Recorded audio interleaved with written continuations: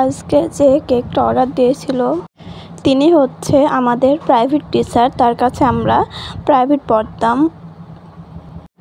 সে এর আগেও আমার কাছ থেকে অনেকগুলো কেক নিয়েছে, প্রায় 20-25টা হবে। তো তিনি আবারও তার মেয়ের জন্য এই কেকটা অর্ডার দিয়েছিলেন।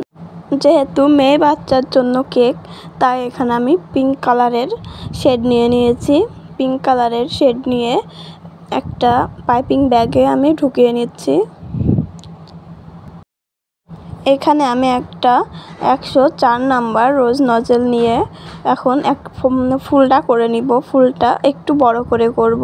যেহেতু রাতে কেকটা বানাচ্ছিলাম, তো ফোনের সাথে বোঝা যাচ্ছে না কেকের পুরোপুরি কালারটা। তাড়াহুড়ায় ক্রিমটা বিট করতে গিয়ে ক্রিমটাও সামান্য একটু নরম হয়ে গেছে। তো বড় ফুলটা করে নেওয়ার পর এবার দুই পাশে আমি দুইটা এই বড়টার থেকে সামান্য একটু ছোট দুইটা ফুল বানাই নিব।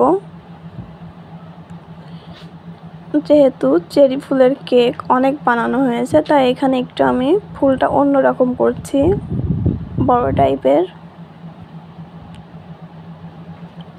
তো দুই কোলে দুইটা ফুল বানাই নিলাম। এখানে আমি দুইটা পাপড়ি দিয়ে নিচ্ছি দুই দিকে।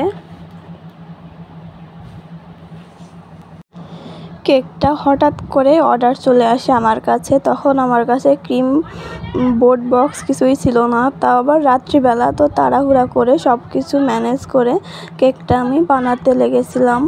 তাড়াহুড়ায় বানানোর কারণে ভিডিওটাও ভালোভাবে করা হয়নি, ক্যামেরাটা এদিক ওদিক হয়ে গেছে।